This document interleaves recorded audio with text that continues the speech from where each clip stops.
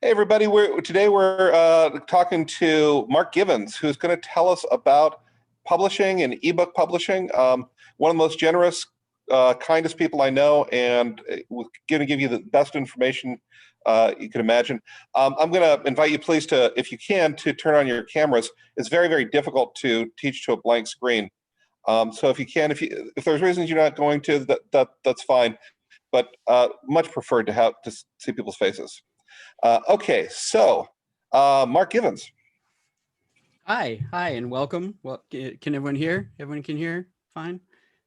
Yeah. All right, we're going to be talking about what we need to have so that we can put together ebooks. There are resources that can be found here at the addresses on the screen, pelikinesis.com/Culturama.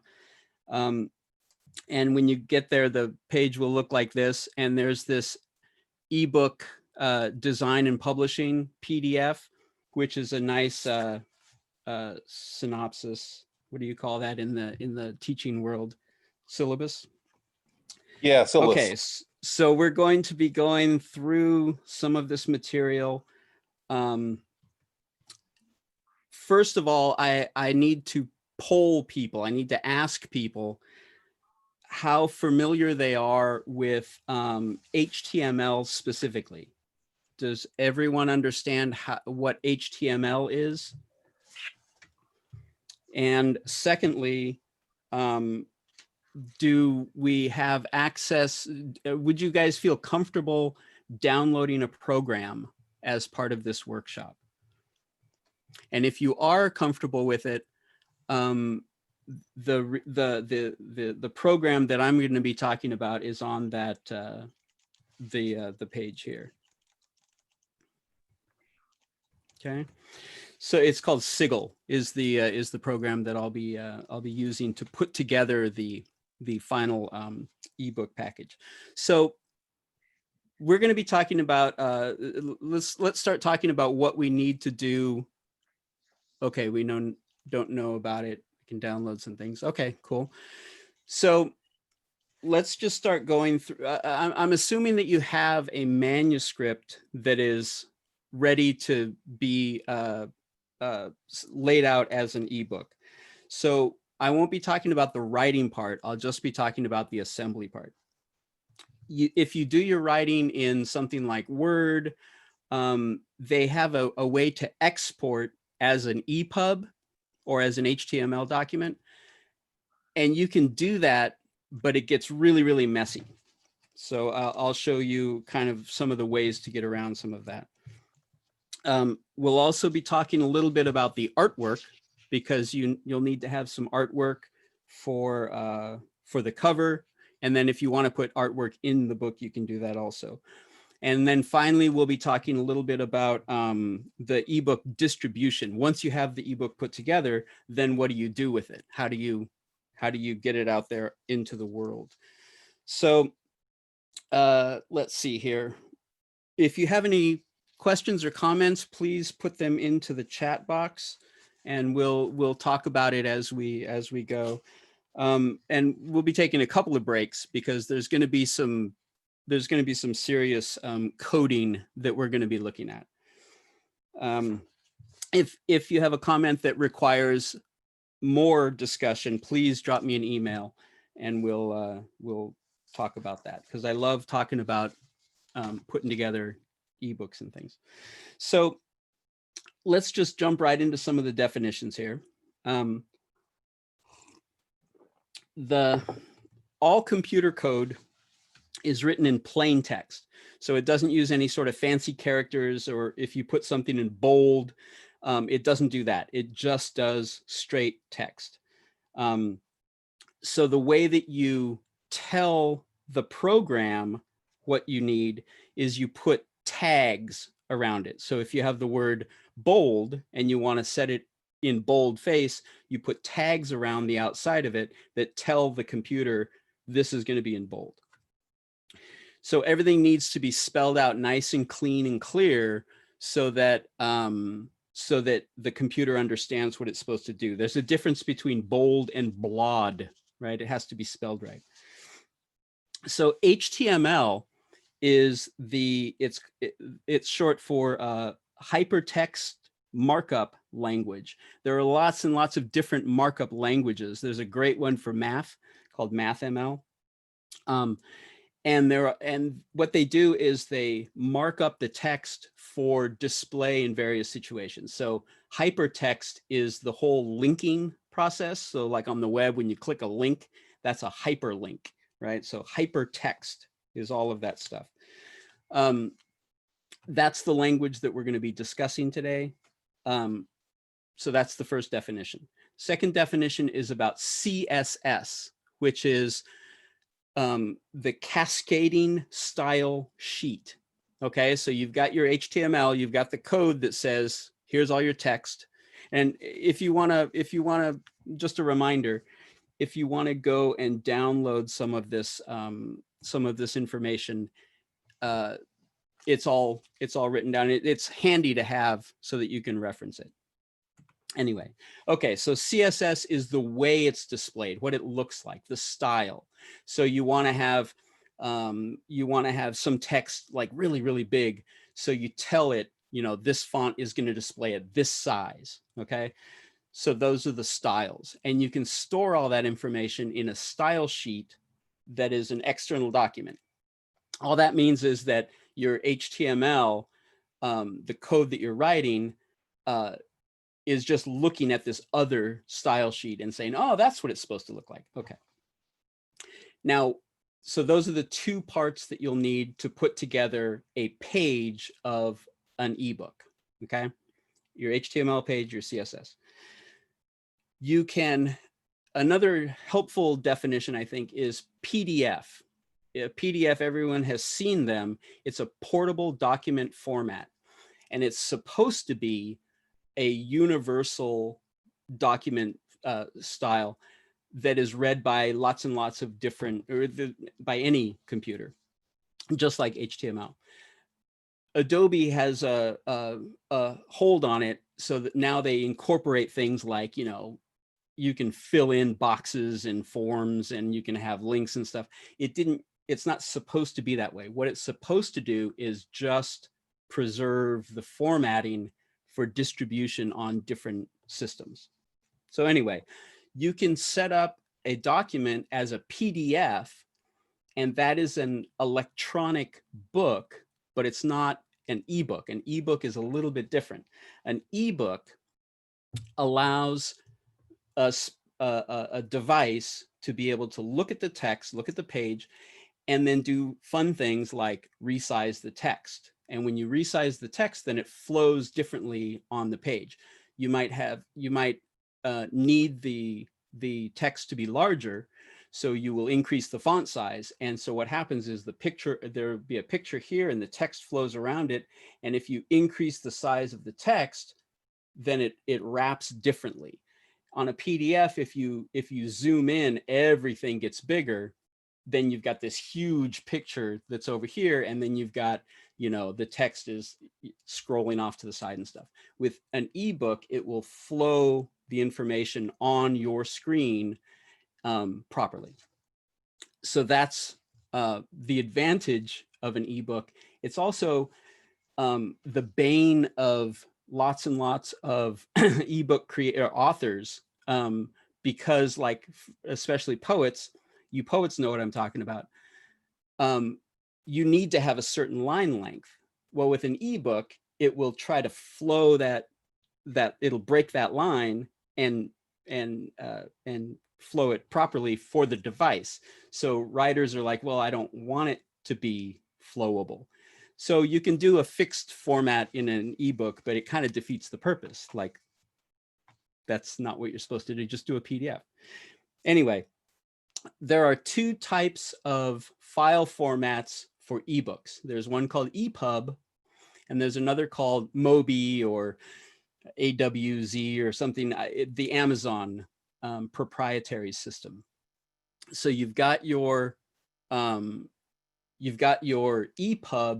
which is more universal and more widely available, and then you've got your Amazon, which is proprietary. you can translate the EPUB format into a Kindle format, an Amazon format. So it's trivial. So we won't really be talking about that. We'll be talking about the EPUB format. So those are the basic ideas. And I kind of went through that a little bit fast. If you have any questions about that, please ask them. Because this is the foundation for what we're going to be talking about. So let's see. Let's just jump right into what. Let's just jump right into how we go about. Did I hear a comment there? No. What we're looking for when we start to lay out our book. Okay. An ebook is a collection of HTML pages. So, and it also images. You can put in different media. You can put in different kinds of media, sound files. You can put in, I don't know what other kind of files are there. You can link to other documents. You can put in links. You can put in. So anyway, an EPUB is a collection of HTML pages, style sheets, media files. Oh, fonts, of course. You want to include your fonts so that the other people who are reading it can see it properly. Then you take all of those files and package them up into the EPUB format. It's a compressed file. It's a zip file in essence. If you're familiar with compressed archive files like that, you zip it up, and then your device can read it. And what your device does is it looks at the HTML page in the EPUB document and looks for the files, looks for the style sheets, the fonts, all that stuff, and displays it to you. So now let's take a look quickly at some of the what some of the code looks like here. Are there any questions before we move on here? I hope I've made that clear what we're looking at and what we're talking about. I had one question. Yeah, what's that? You said it's a list of HTML. If you're not good at this, could it possibly be like a list of PDFs? You mean to put together an EPUB package, have just a list of PDFs? Yeah, and still have the look of a book. So, yes, what you're doing in essence is creating just pages and pages of images. So it's not text at that point, it's just images. So it's kind of hard for like a screen reader to read an ebook that has images. You want to have text in there somewhere. I see. So for all to take advantage of all of the different aspects of an EPUB, you want to have as much text in there as possible so that the screen reader can read it, or the device can actually can read it. That makes sense. There is a way to do a fixed layout. It's really, really messy, but it does preserve some of the text. So there is a way to do that, but it's really, we're just going to talk about setting up. You've got your manuscript. You want to put together an ebook. So let's get on with it. Yes, there is a way to do that, but it's kind of messy. Okay, so Mark, can I ask one quick question as well? Yes, absolutely. You were referencing packaging up this as an EPUB. What's the difference between an EPUB file or format and doing it as a MOBI? So MOBI is the Amazon proprietary information. There is no difference to you. There's a difference to the device. Only Kindles can read the MOBI. Kindles can also read EPUB, but every other device can read EPUB. But Amazon decided that they wanted their own proprietary system, so they put in place the MOBI. So Hey, There Schnoosh. is there is no difference, but there's no difference to you. There is a difference to the device. Plus, converting from EPUB to Mobi is a trivial process. You just they're a translation program, so it's really not a big deal. In fact, if you upload an EPUB to Amazon for distribution as a Kindle, it will do its own translation and then save it as a Mobi or an AWZ or whatever it's called. Okay, so it wouldn't have like a reduction in formatting or for a loss to resolution for images. No, it's the same compression scheme, same everything. Oh, cool, thank you. Okay, sure. Is there? Okay, so here we'll look at these. Can everyone read this here? So here we're going to look at some examples of HTML markup code. So now we're getting down to the nitty gritty here. So you've got your manuscript. You say, okay, here's where the document starts, HTML. That's called a tag right there. That's inside those brackets. It says bracket, HTML, closing bracket. Then you've got the head, and then you've got the body, and then at the very end, you've got the closing tag. So you've got the HTML, and then inside that HTML document, you've got the head, and then all of the body. The head is stuff that describes the document. So you talk about the title, you can talk about a summary or a description, or it's the metadata is all up inside the head. And all of these are metaphoric and also very symbolic. So that's the head, it's all up in the head. Then the body is when you start to, that's where your main document is. So there you go, the head, you've got your title, and then you type in the title and a closing tag.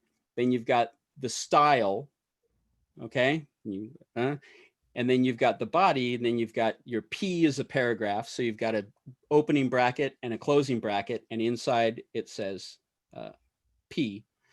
Then you've got paragraph with a bold word, and bold is set in another tag there. Do you see that?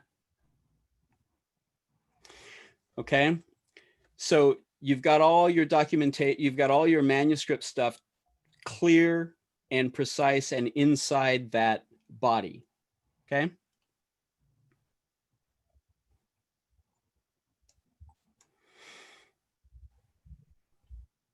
Okay. So then when we go on to the style, now we're looking at, okay, so I want the title to be set in a Helvetica font, and I want it to be italic. Okay. So we say, okay, dot, that this will be a style title. And then in curly brackets, you've got the font family, Helvetica, font style, italic. And there you go. There. So now anytime you type in a title, then then it will be defined as this Helvetica and italic and all that stuff. So you can do a lot of fun things there with the size of your text, if you want to lean all the text even more, you can do that. If you want to put it in red, you can just say font, the color red. So so that's how you define your styles. Okay. So that's your basic code right there. That's it. When you look at an HTML document, it can look really confusing because there are all these tags in there that are they're necessary for the code, but they're a little bit hard to parse. They're a little bit hard to look at. So when you're writing the code, you want to make sure you're as clear as possible for yourself, so that when you go back to look at the code, you know what you're talking about. A lot of code will be output, like Word. If you save a Word document as an EPUB or as an HTML file, it will put in these things about, like, paragraph 1, para 0264, hyphen, it gets really, really messy. And then the references in the style sheet, you just look at this list of just nonsense. It's just really hard to read. But if you say, you know, paragraph, and then you define what the paragraph is, you know, you just keep it nice and clean that way.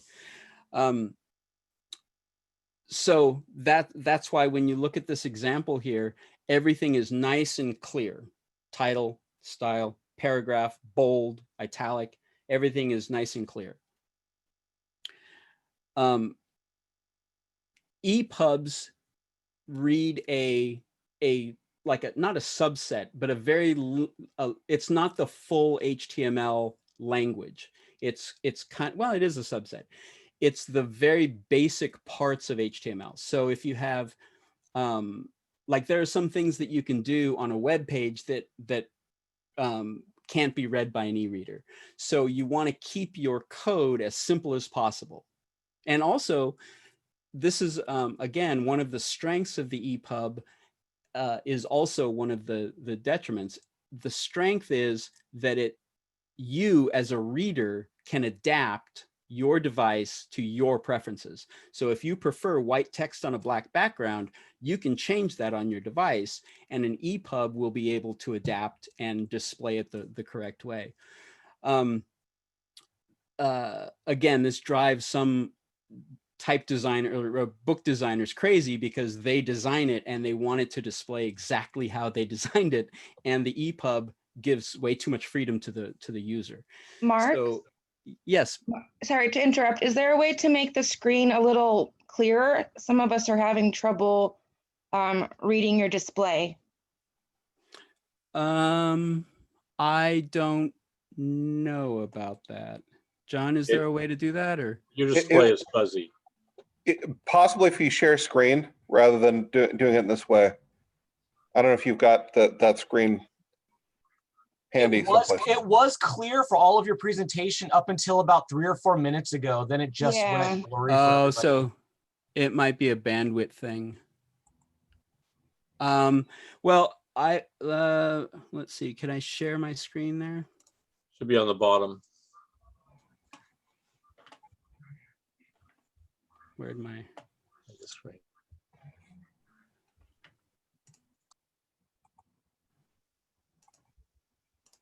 This one? Wait, did that work? Yeah, I can see that really well. Yeah, crystal clear now. Okay, so we'll just keep it on this for a minute here. Okay. Mine has gone away, but so I can't see what I'm looking at, but that's all right. Okay.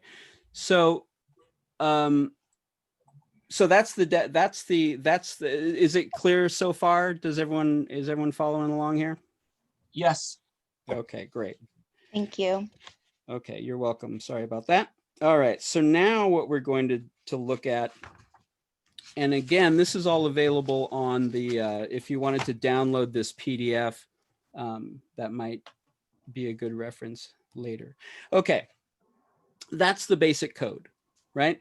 So we all kind of have a better understanding, I hope, of what that's gonna look like. So let's talk about putting the ebook together. Okay, so we're going to put our ebook together here. First of all, as writers, verify that your manuscript is edited and finalized. In other words, the editing should be done. All of that, what you're doing now is formatting and markup. Okay, so first you do the evaluation. You look at the document and say, okay, it looks pretty good. You want to make sure that you're using styles in your document creation. For example, if you're using Word, or I use LibreOffice, if all of the titles of your stories are just simply like a larger typeface and in bold, create a style called title. Do you know how to use the style sheets in the style sheet, I'm sorry about that. The style sheets in Word and your word processing program. Are we all aware of that kind of thing? Yes. Okay. So you create the styles, and that way when you export it, it retains the style information, which is helpful for the once you start cleaning it up. Okay. Then once it's all done, then you export it as an EPUB, and then you can start to clean it up for the program. You'll have to go in and do a search and replace for different things. It takes a lot of just little tiny manipulations to get a lot of that information going. Then you import it into Sigil, and what Sigil does is it formats the EPUB correctly. There are a couple of programs that are that do it, but Sigil is a free program. It's really very nicely documented.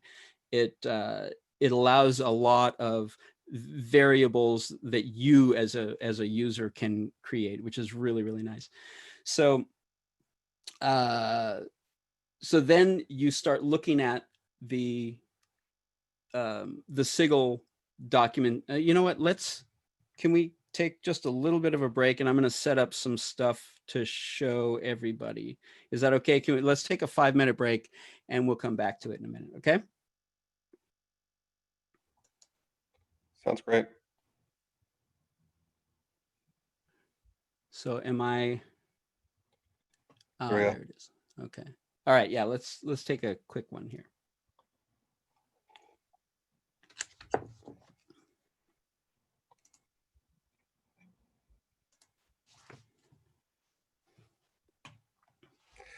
While Mark's working on that, does anybody have any questions about Culturama generally, or just any questions about creative writing? Any questions about anything?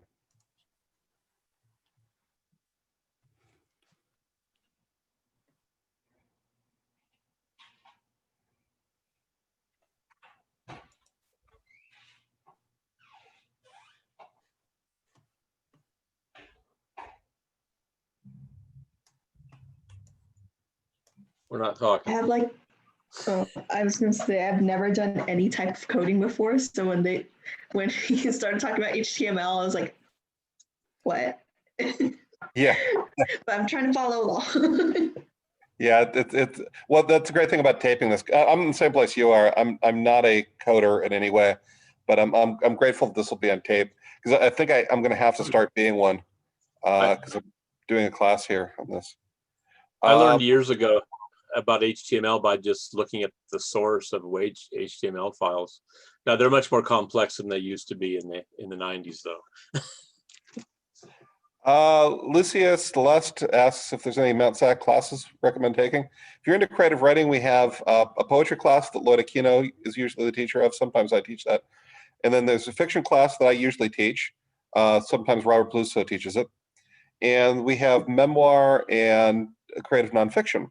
And I will be moving, those were taught by Sid Bartman, but looks like she's going to be retiring. So probably that'll be me.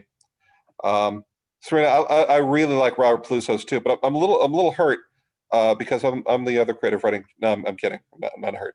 I love Robert. I love that we hired him. He does a great class. Yeah, I know. I'm playing with you. We're also going to be doing this once a month. If you're on campus, we'll be doing clubs too. We always have a club going, and that we can supplement. So please stop by. Also, I want to tell you that if you're interested in any aspect of creative writing, including finding the right publishers, Lloyd and I are always available to you. This is a community college. You are of the community. I don't care where that community is. If you are in the Netherlands, you're still part of our community. And just send us a link and we can Zoom. Hardest thing to know about publishing is where to send your work, and we can help you find your space. So. Okay, I've got this set up for y'all now. Thank you for the break there. And speaking to that also, like where to send your work is an interesting an interesting topic when it gets into ebooks, because the self-publishing world really does embrace the ebook. The ebook is made for self-distribution. So you can skip the whole publisher thing if you want to, you know, and just Cool. publish yourself. Okay. All right, so I'm going to share my screen again here. Are we all back here? Are we good to go? Yeah. Okay. So how do I do this whole screen share thing? Should be on the bottom. Yeah. There should be a green button down at the bottom of your page. I did it once before and now that, hang on. Big green button right at the bottom of the page. It's a big green button, Mark. Just hit the big green button. Okay. All right, so I'm going to share this one with you. This one is, so are you seeing the John's book here? Yes. Yeah. Okay. So this is the program Sigil that I was talking about. Okay. So here's the cover, right? Beautiful artwork by Dennis Kalachi. Now inside, here's what the code looks like. Okay. This is what we were talking about, HTML, and there are lots of like little definitions and things that fall in here, right? So sometimes that can get really daunting, but I'll tell you, basically, you've got your HTML, you've got your head, and the title is simply cover. Then the body, here's a division, which is basically a paragraph. Is it frozen or can you see this? We're seeing that. I see it. Okay. Okay. All right. So you've got a division there, and it tells you that the style has your text aligned to the center, and the padding, which is the space around the outside, and then a margin, which is the space. It's another type of margin out there. Okay. Then you've got your SVG is a form of image, and it gives you another reference there, a definition. It tells you what the height is, right? Height's 100%, and it preserves the aspect ratio.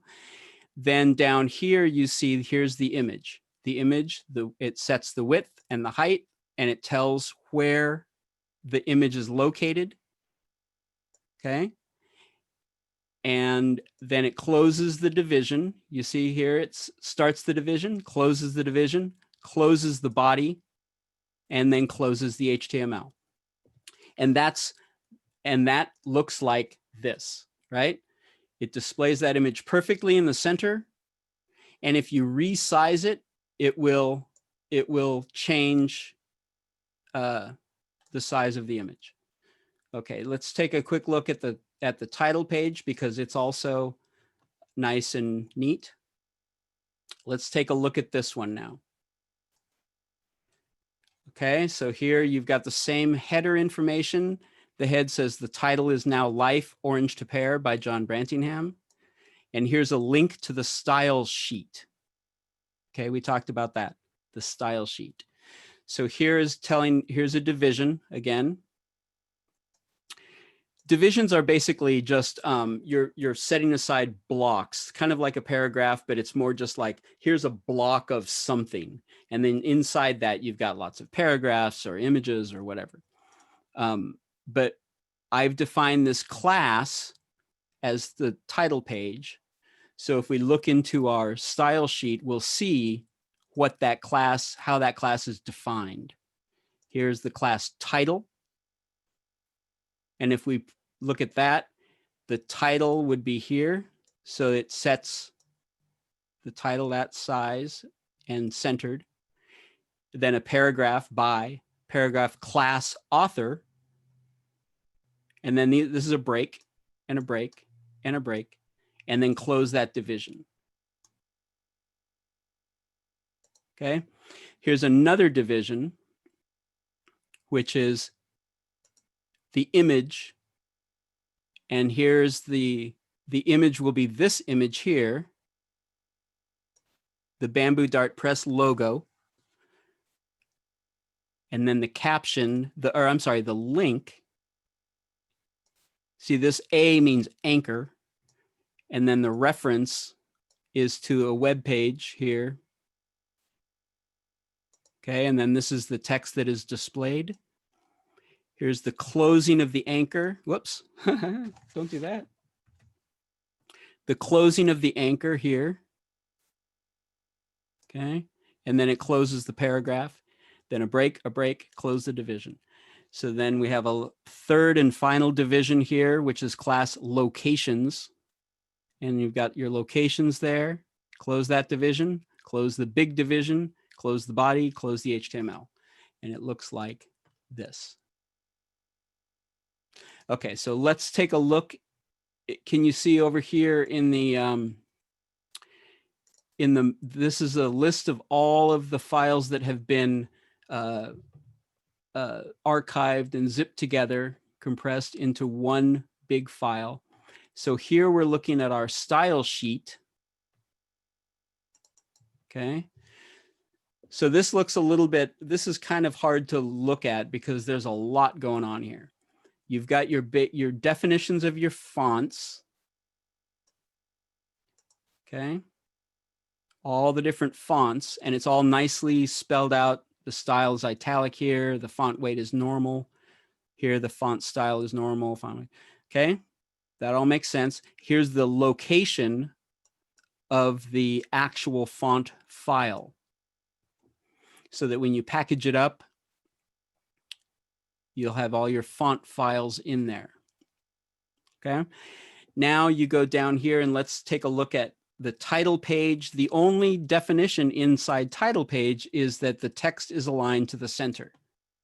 So if we go back to our title page and we see this division is title page, and we look at how that looks, and sure enough, it's centered. Okay.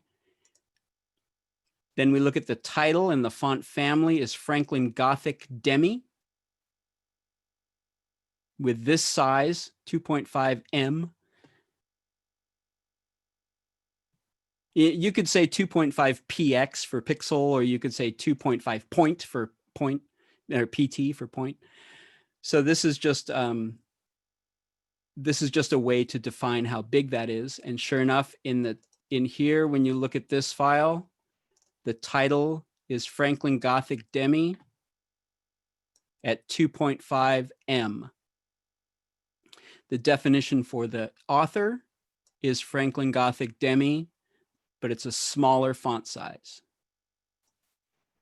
1.3 M.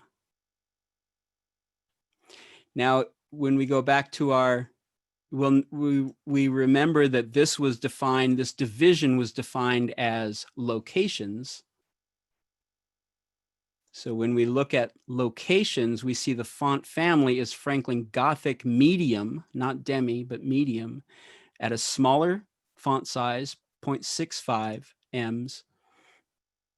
The font style is normal.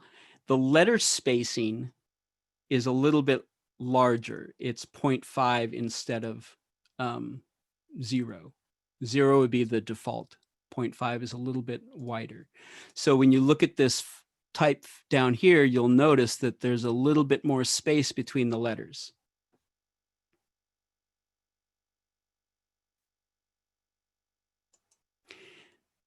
The logo link, which was this right here, this is the logo link, and it's under that logo. And that is defined as the font style here. The font family is my own font for that.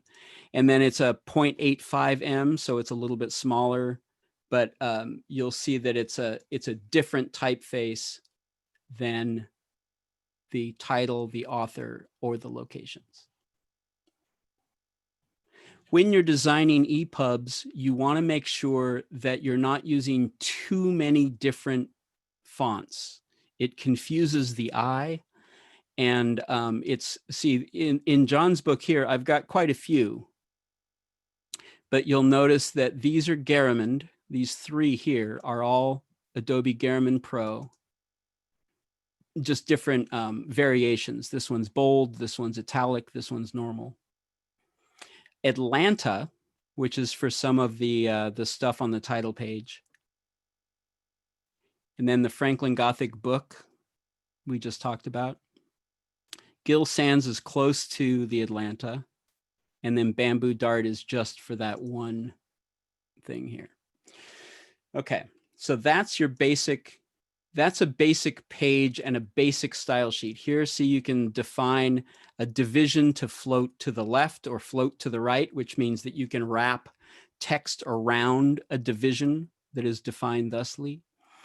You can also, down here, look at this one is called paragraph.dinget, which is my way of saying it's a little blip right in the middle. It separates paragraphs. I just call it a dinget because that's what I think of when I see it.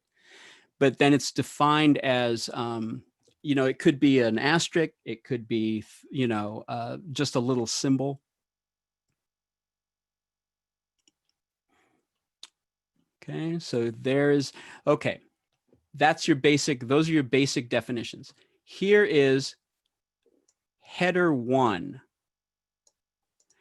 Head one, HTML comes with some built-in functions, paragraph, bold, italic. Also this whole header system, H1 up to H7 or 8, and they are different sizes of headers. You can do your, let's take a look at the first story here, which is called Orange. And you'll look at this and it says, where is it? Orange, H1, orange, and then it closes H1 there. So that's the first header. And I've defined it to look like this. So it's set in this Gill Sans Ultra. Okay. The advantage of using the built-in functions like H1, H2, H3 is that when you're creating your table of contents or any, it's a very handy way to tag things in an orderly fashion. So when you create your table of contents, you just say all of the H1s go here. The page numbers, you know, will follow naturally after that. So you could say, let's take a look at that real quick here. Table of contents. So it just naturally reads all of these entries because they are all H1 entries, and it lines them all up and tells where they link to, and there you create your table of contents based on the H1 headers in your document. Okay. Back to this here, and we'll take a look, and you'll see that the paragraph, the class is defined as body, and then you have your paragraph, and then you close the paragraph. Keep doing that all the way down to the end.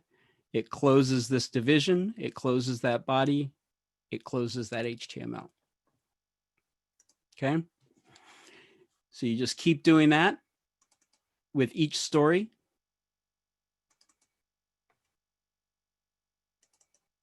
Okay. And yes. May I ask a question? Is that by story or by page that you do that?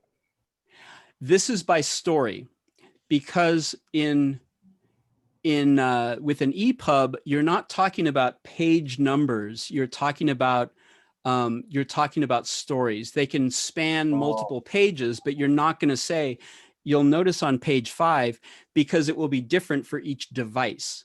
You could read it on your phone, which has a real tiny screen, or you could read it on your tablet, which has a very large screen. And so the page numbers will be different.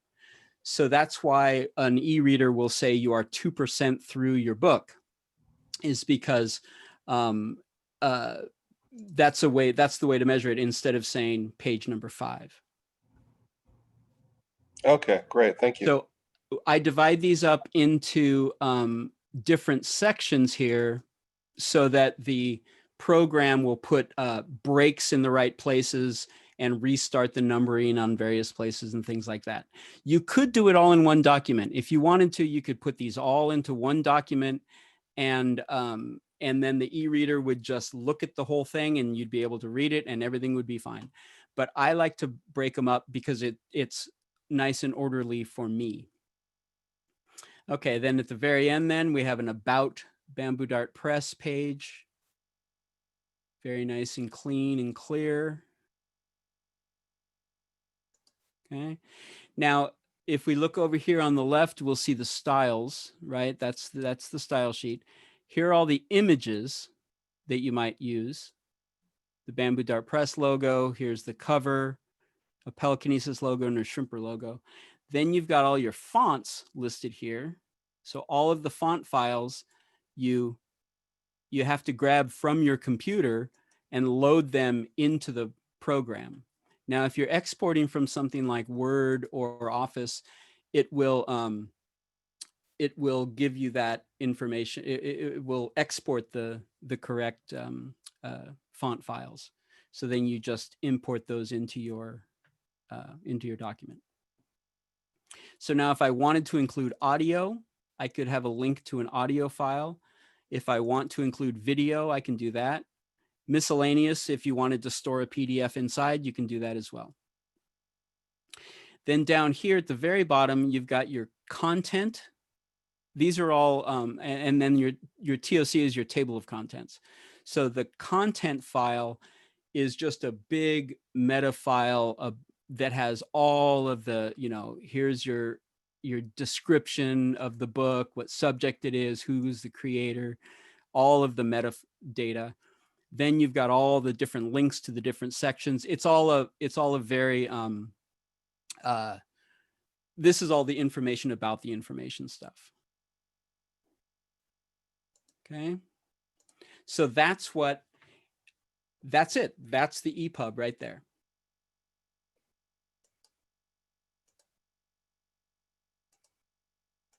Okay. Does anyone have any questions about what an EPUB looks like? I know it can be a little bit overwhelming because when you look at something simple like the cover, it's just a picture, right? It's really not that complicated. But when you look at the code behind it, you have to tell the computer exactly what you're going to be looking at. It looks like some basic stuff repeated again and again to me. It is. Okay. It is. Yeah. Because you're telling the computer exactly what needs to happen at exactly every moment.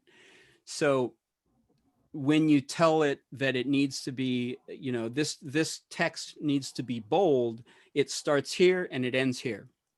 And you have to tell the computer that. So yes, it's a lot of repetition. The body is the same on every page. The HTML tags, the metadata can be the same. So, all right. So that's your basic EPUB document there. And again, it's just a bunch of HTML pages zipped together, compressed together into one file with an extension EPUB. We have a question in the chat. Yes. She said, so for poetry, do you go line by line for the correct spacing? So for poetry, like I was saying, that you could do a fixed, because you're talking about a fixed line length. You're telling the computer, don't break it here, right? So there's a way that the best way to do it is to put in hard returns. Put in hard returns at the ends of lines that you want to, hang on a second here. You put hard returns in at the ends of lines where you want the thing to be. Poetry is going to be tricky, and as a, whoops, what happened here? Is it still on? I have your picture. Oh, Okay. So for poetry, it's going to be kind of tricky, and you want to be a little bit kind of pliable there, because sometimes it's not exactly where you want it to be. If you're talking about a fixed line length, then you as the author are dictating how that work is going to be displayed. You're not taking advantage of the strengths of the format. Am I frozen or am I okay? There's a little bit of freezing in your picture, but your voice is coming through. Okay. Does that make sense? So if you want to have a certain line length, you need to you can upload a PDF, you can make it an image, you can do this fixed line length method. Let me see if I can. We'll take a break here in a couple of seconds, and I'll see if I can find a good example of a fixed line document here. We have it looks different. It looks different, and the coding is really, really sloppy. Okay. But it would be good to see. We have 3 questions to follow up after you show us that. No, let's do that now, and then we'll follow up in a second. So what are the questions here? Oh, the first is, so for poetry, do you go line by line for the correct spacing, question mark?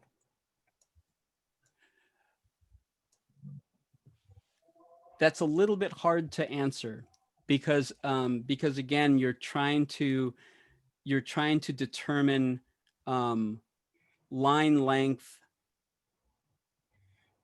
The author wants the line length to be a certain size. The device wants it to be a different size. So how do you strike a balance between what you want as an author and what the device is going to display, right? So if you are unwilling to let the line wrap at the wrong point, right, then yes, so short poems, short line lengths work better with EPUB. Okay, does that make sense? Yeah. Because it's so fluid, right? It flows differently.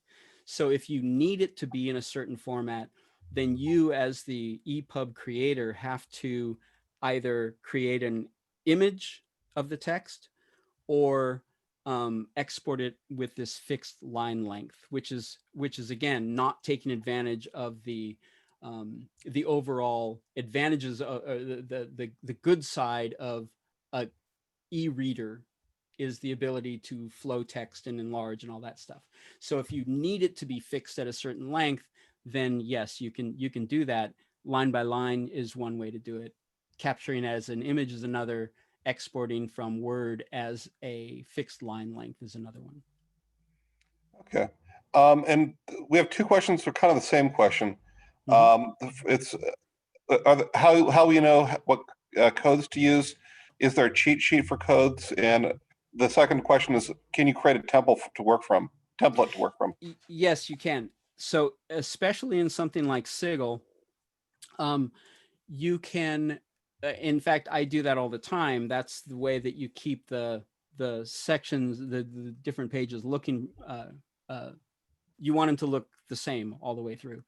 So I create an empty template that has just the header information, and then the body is blank, and then you just plug in the rest of the body.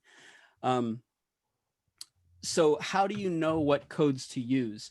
There are lots and lots of websites and resources on the web to look at how to write HTML code. Sigil also has guides. It's a nice layout program. So it's got the different.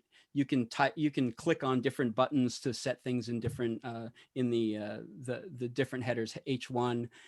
You can highlight text and hit bold, and it will put the tags in the right place. So it's a good writing program, but I I'm sorry, it's a good layout program. Once you have the text in there, it's a good way to lay it out. So how do you know what codes to use? HTML is a well-documented language, and it's also, there's a lot that you can do with it. One of the sites that I like is called W3, and it's called something, hang on. It's called W3 Schools, I believe. If you type in HTML help, Look at right now. yeah, W3 Schools is a great site because they have a lot of, they list a lot of things that you're able to do, different elements, different styles. You can also Google something like HTML bold, and it will tell you what the tag is for bold.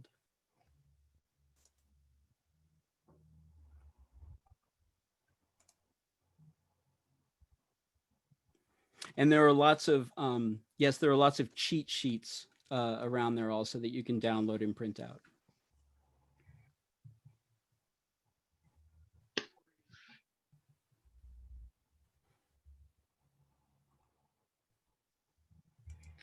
Okay, I think that was all the questions. Okay, so I'm going to show you now, I hope, this an example of fixed layout code. And let me see here. And again, this is not the prettiest thing, but it will show you an example of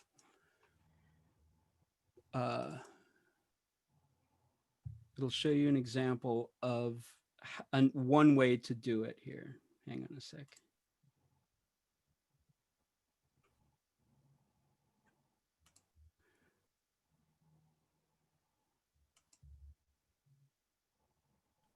Oops.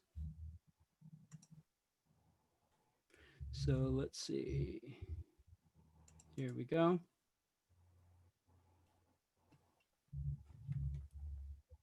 Okay, can you see my? Yeah. Okay, so this is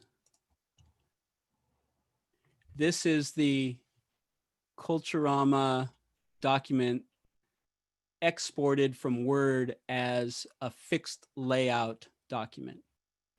Okay, so what we're looking at here, let's see here. Okay, so you'll notice in the body, it says image right here. And then the source is image.svg, okay? SVG is a vector graphics format. What that means is that all of the, all of the type information should be saved inside the image. So that was image 3. Here's what it looks like. Can you see that? Yeah. Okay, so this is a mess.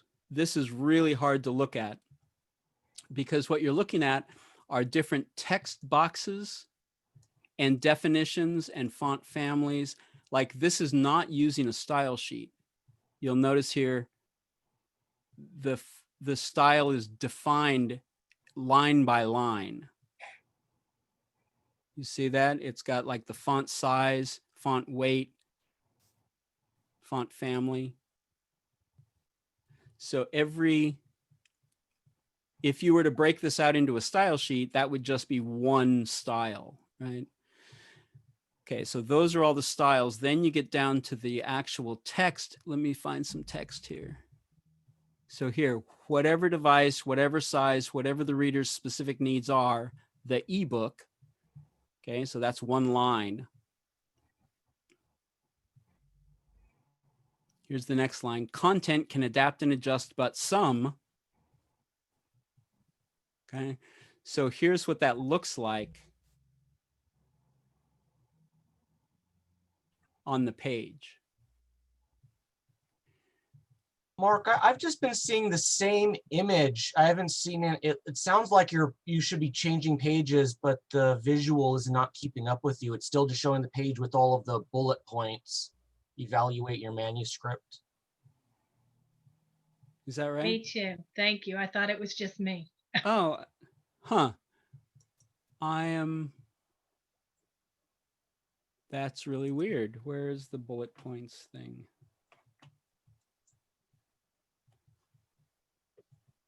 Okay. Maybe if you stop sharing and then reshare, that might catch up to you. Okay, let's try that.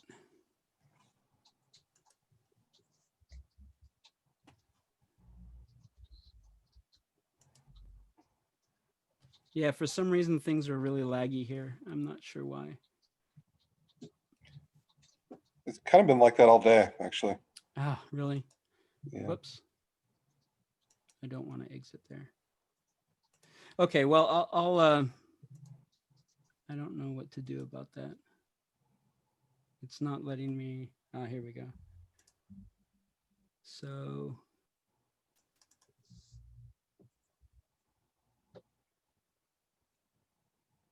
Okay, is that? Yeah, we're seeing something that says technical considerations. Right. Okay, cool. Okay, good. That's the one. So let me repeat what we were talking about there. So here's the code that I was saying. Thank you for pointing that out. Here's the code that I was talking about. Is it changing screens now? Yes, it is. Okay, so you see this image 3 SVG. So here's your image 3 SVG. Okay. Do you see a big block of a lot of confusing text now?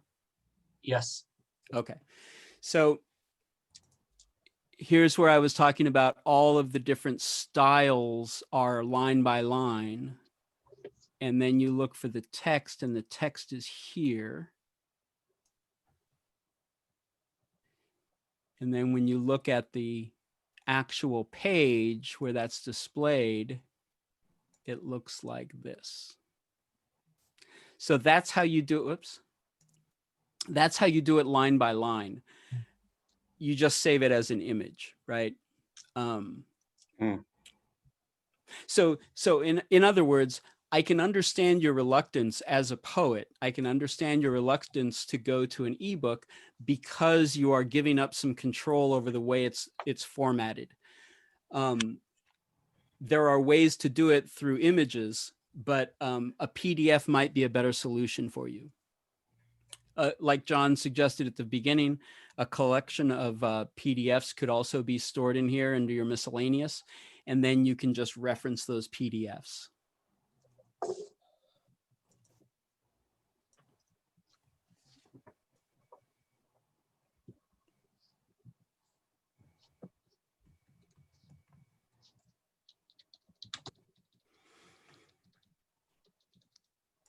Okay.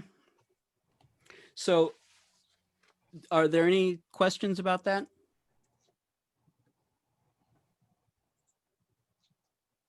Kyle has a question.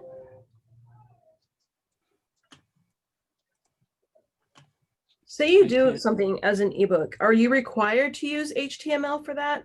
Or is there a different way that might be a different way of doing it? I'm just wondering. No, the HTML is the language that you use for creating ebooks. It reads HTML. So other ways to do it would be, no, that's pretty much it. It's the language of the language of ebook is HTML. But again, if you don't want to write, HTML, that's okay. You can export from Word. You just have to do a little bit of cleanup. So it's good to know what you're looking at. So even if you don't want to write HTML, it's important to know how to clean it up, right? Does that make sense? Yeah, she's getting interpretation, so there's a little bit of a moment. Yeah, that makes sense. Okay. So, okay, so let's say that you've got your ebook all set up. You've saved all your files. It's, you know, it's properly formatted and ready to go. Then what do you do with it?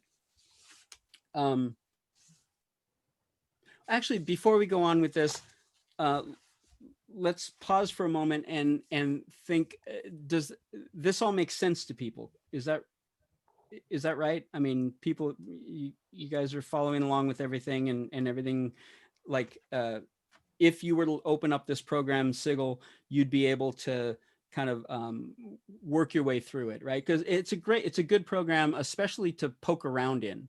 There's a lot going on there that you can say, oh, I see. Okay, I can format it this way.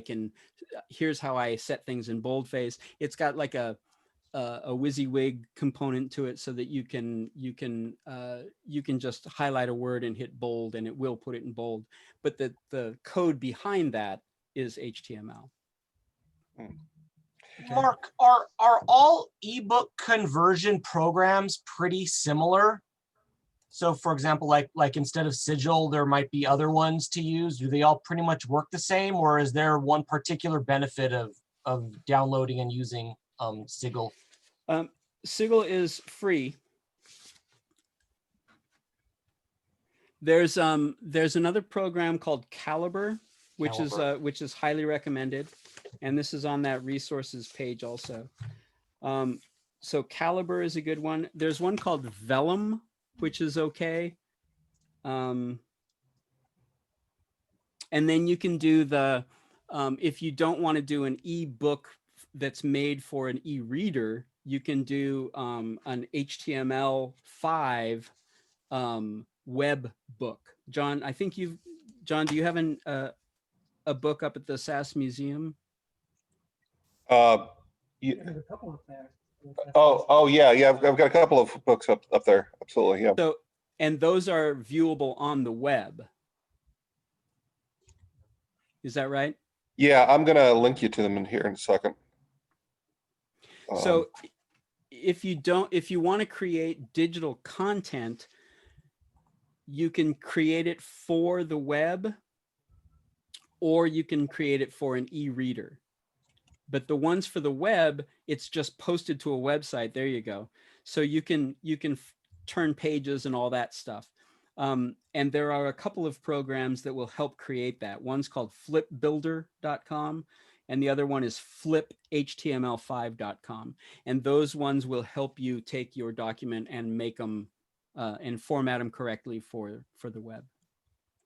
But those are not e-pubs. Those are just for web pages.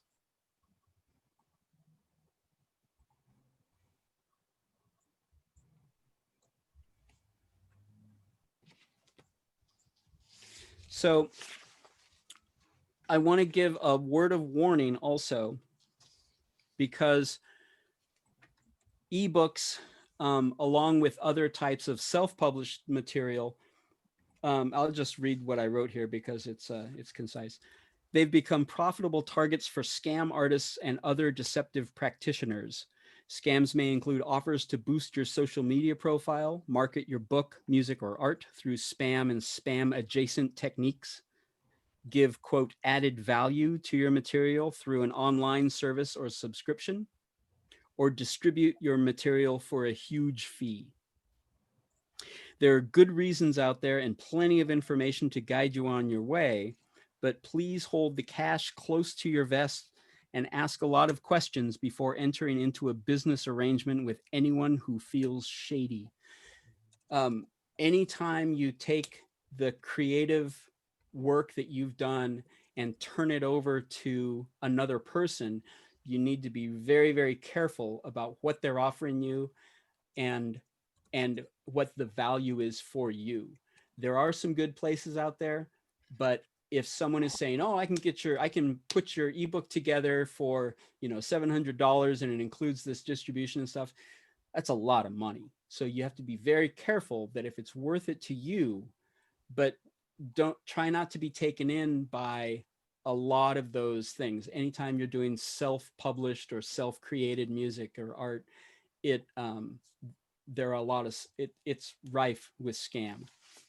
So you've got your ebook put together. You've created it. You've got the file. What do you do with it?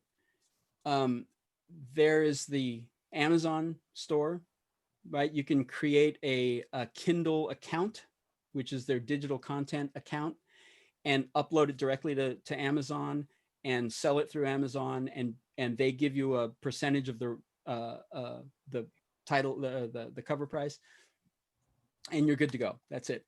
You just give it to Amazon. They take care of all the marketing and all the stuff. There's also a company called, but that's just in the Kindle format. There's also a company called Digital, what was it called? Dang it.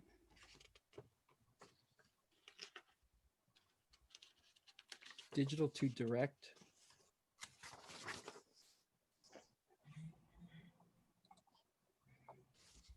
Now I've lost my place here.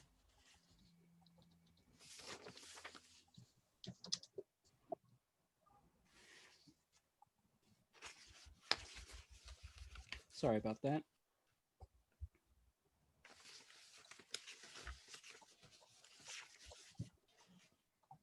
It's called Draft to Digital. And what they do is they take your EPUB and they market it, they distribute it. They don't market it. They distribute it to various outlets. Kobo is a good one. They distribute it to iTunes, the iBook, whatever they want to call it these days, Apple Books or something. So they distribute it there. They distribute it to Amazon if you want. And they take a very small percentage of the retail cost. Then they share the royalties with you. It's worth it to me to distribute all of the ebooks that we put out through Draft to Digital, because they're really good at who they send it to. They send it overseas. It's available overseas in France and Canada, overseas in Canada. Then they also distribute, they distribute to libraries and also to mass retail wholesalers like Baker and Taylor and groups like that. They have ebook distribution built into their systems. So they Draft to Digital sends books to Overdrive and Hoopla and Biblioteca and some of these other library services, so that your ebook will be available in libraries. So you can do the distribution on your own. It's not hard. The hard part is the marketing, and those are different things. Distribution is one, making it available. Marketing is letting people know that it's out there. That's a tricky thing to do, but you can do it. You can send out, you can create your own social media platforms. You can get on different lists. You can contact review sites is another way. There are many, it's whatever you feel comfortable with. And you might hire somebody to do just the marketing for you, a PR person, marketing person. But the actual, once you have the book created, you can distribute it pretty darned easily. And that's it. And so if someone is offering you a program or a package that includes distribution and it's a lot of money, I would say shy away from that, because you can do the marketing on your own, or I'm sorry, the distribution on your own. You can do that without much trouble at all. Okay, so we're going to wrap this up here fairly soon. So those are, again, go to the site and look for those resources that I've posted there. And please download the PDF for sure, and Sigil if you want. And please drop me a line if you want to. I would be happy to talk to people about any of this stuff. It's a lot of fun for me to talk about, and I'm happy to answer whatever questions you have. Okay. Okay. About scams. Somebody last year came to me, wanted help because she had signed up. She had spent $3,000 to get somebody to distribute her books. Yeah. Which, yeah. Yeah. So, and were those printed books? yeah, there was going to be like 500 copies of printed books, and I think some ebooks too. It's Right. like, oh, you've got somebody really cheated you there. So if it Yes. feels like a scam, Mark says you can talk to him. You can also talk to me. Yeah. Yeah. And any self-created art and music and books and all that stuff, people are out there to get your money. And sometimes those things are worth it. Like when you talk to an agent, they can offer you a lot of stuff, but if they ask for money up front, you probably want to back away from it a little bit. An agent works on a different model, right? So if anyone is asking you for thousands and thousands of dollars to do something like that, yeah, give it a day. The offer is not going to go away. You don't have to jump on it right then. You can just say, okay, you know what? I'll contact you tomorrow. Just give it some time, think about it, and then approach it again later. And Thomas asks, what format do you save a Word doc to create an EPUB file? You can export directly from Word. It'll say save as, and then you can save it as an EPUB. Did the Save link as a what? An EPUB. EPUB. I don't see that. Is there just something you can plug into Word for that?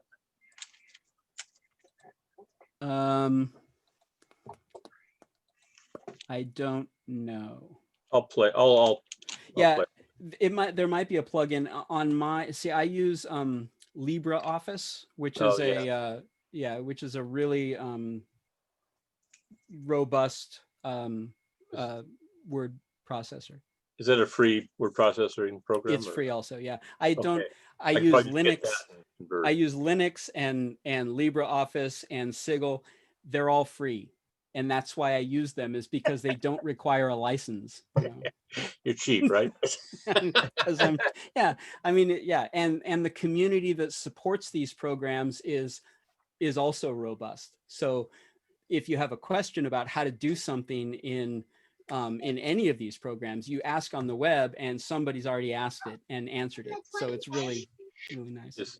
Is Libra in do they have a Word or a Mac version? I don't have. They have PC and Mac versions of PC, LibreOffice. Mac, yeah. That's what I mean. PC and Mac. Okay. I don't happen to have a Linux system at the moment. I'm on Windows right now because Zoom tends to work better on Windows, but I try to stay away from it. But One of those. Huh? I need it for work, so there you go. You're one of those, huh? Yeah. Wait. What do you mean? We have a question from Cindy Finkelstein. Does Amazon limit where you can publish? Meaning, can you only publish with them? They don't by default, but you can opt into that. You can opt into the Amazon only program, but you don't have to do that. You can distribute it to everybody and then also to Amazon.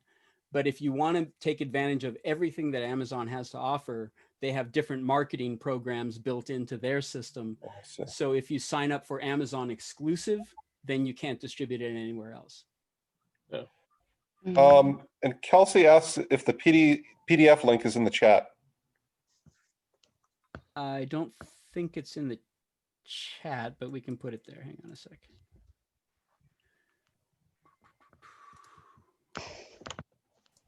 Thank you. So here's the link to the stuff on the web. The link to the PDF that I've been referencing is on that page. And it's also right here. Oh, well, that's great. Yeah.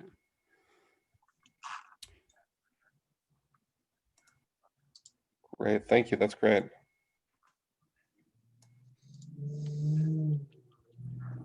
Okay, and my email address is there, pelicanesis@gmail.com. And seriously, drop me a line, ask me a question. I'll be happy to answer any of the questions you have. Great. Thank you so much, Mark. Does You're anybody have welcome, any? Go, please. Does anybody have a final question for Mark? Okay, so this afternoon, Mark's going to take off his hat as a e-published designer and put on his hat as a publisher. I think one of the great publishers of the Inland Empire, one of the great publishers just generally. And we're going to have Elise Capron, who is an agent for the Dykstra Agency, which has represented Amy Tan among other people. And they're going to be there just to answer your questions about, you know, what does it mean to publish with the big five? What does it mean to publish with the smaller local publishers? Just answer your questions generally. Mark, do you have a better description than that for what you're going to be doing this afternoon or this evening? No, that's exactly right. We're going to be talking about the different roles that that agents play and the different types of publishing that are available to us. Okay, great. It's going to be in this room, and it starts at 5 o'clock. So thank you all for coming, and thank you so much, Mark. Oh, you're welcome, and thanks everyone for sticking around. I hope it was helpful. Thank you, Mark. That was great information. Yeah, I found it incredibly useful, very enlightening to go through the process. Well, thank you very much. See you tonight.